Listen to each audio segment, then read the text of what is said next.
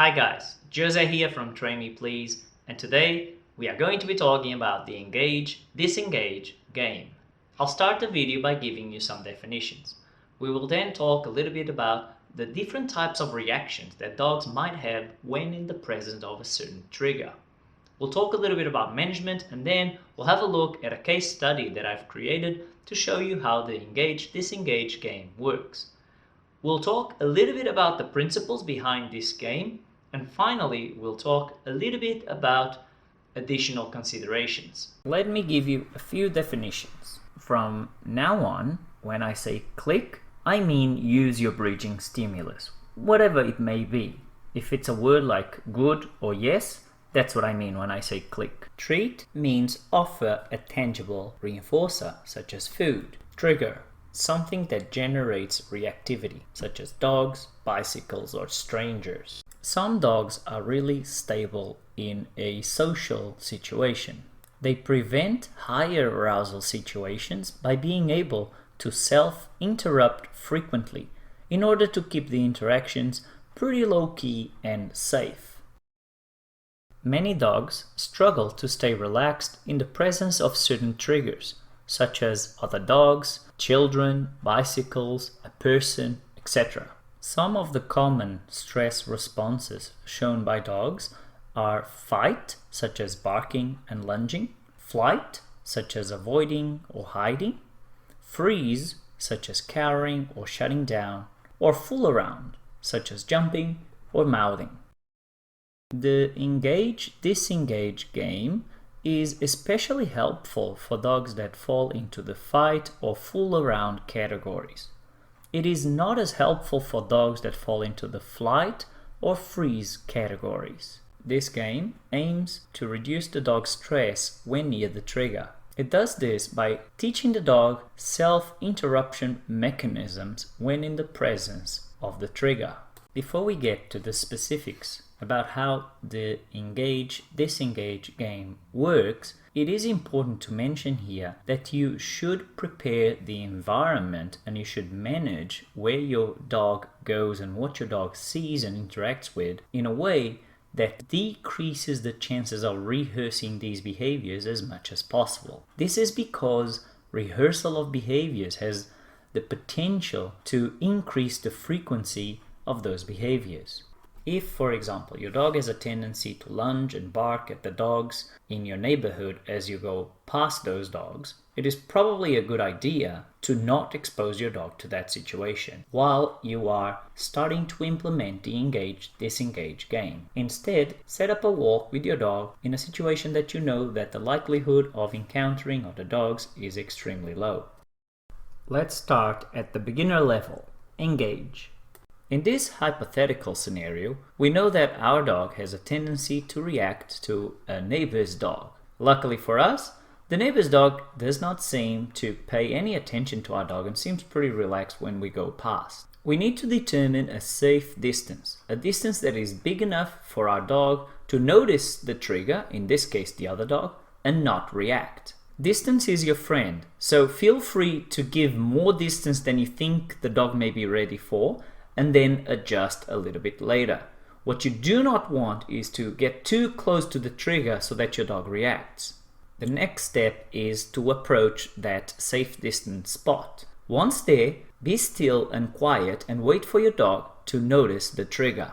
In this case, the other dog. At the precise moment in which your dog notices the trigger, click. Wait for the dog to turn back to you and offer a treat. If the dog does not react to the sound of the clicker, it means that you are too close at this stage and you need to increase the distance to the trigger. After a few successful repetitions, you are ready for the next level. However, if the trigger is moving or changing in intensity, your dog may need additional exposure at the beginner level. Intermediate level. Disengage. Once again, we start by letting the dog notice the trigger. This time we might wait just a little bit longer, maybe up to 5 seconds. The goal is to see if the dog disengages from the trigger on its own. If that does not happen and the dog is fixating intensely on the trigger, you should go back to the beginner level. However, if the dog disengages from the trigger on its own, click the exact moment that happened. You can then offer the dog a treat. If at this stage you have no reaction for a few repetitions, you are okay to move a little bit closer to the trigger and start to slowly decrease that distance. On the other hand, if the dog reacts, does not respond to the click, or does not take the treat, you should increase the distance. In our example, the dog disengages from the trigger by looking back at you. There are other options, however. The dog may simply look in a different direction. The dog may sniff the floor. The dog may orient towards you and sit, or the dog may even lie down and look up at you. All of those options would be perfectly fine as ways of disengaging from the trigger. These procedures rely mainly on three principles: desensitization, counter-conditioning, and differential reinforcement. The dog receives very low exposure to the trigger. This contributes to diminishing the emotional response to that potentially negative or aversive stimulus. By pairing the presence of the trigger with things that the dog really likes, such as delicious treats, we are changing the way the dog feels about that trigger, and this is counter-conditioning. We use differential reinforcement of incompatible behavior because if the dog is looking at us in order to get a click and treat, that is incompatible with the dog lunging, growling, barking, or even biting the trigger. In this case study example, we used another dog as the common trigger. For your specific dog, other triggers might be applicable. For example, children playing, bicycles, or trucks.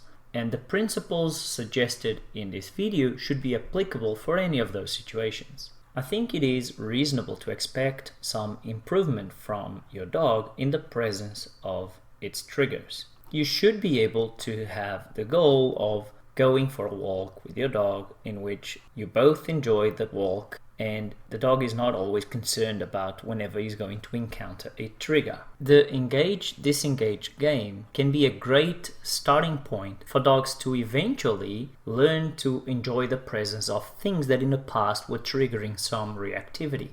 However, it is very important to realize that just like people, dogs have different personalities. Some dogs will naturally enjoy the presence of other dogs, including unknown dogs. But I think that it is unreasonable to expect that every single dog would be okay in the presence of other dogs or any other potential triggers. Maybe your dog has a more introvert type personality and just simply prefers to spend more quiet time with you. Or maybe your dog enjoys going out and seeing and doing new things, but there's still a couple of specific situations that he or she would prefer to avoid. As a dog guardian, you should be okay with this. You should offer your dog the best life he or she can have. If you have any doubts or questions, I highly recommend that you hire a certified dog professional that can help you in your journey. You also need to have some consideration to what you may be using as a trigger. If it's something so far in the distance that it's not really going to bother anyone, then you're probably good to go. When in doubt, ask for permission. Alice Tong has shared the ideas and principles of the Engage-Disengage game in a few locations online. It is brilliant stuff. I highly recommend that you go and check it out, and I'll leave links in the description below. That brings us to the end of this video. If you have any questions or suggestions, leave it in the comment section below. I hope it's been helpful. Hit that like button and share the video with your friends. I'll catch you in the next one. Cheers.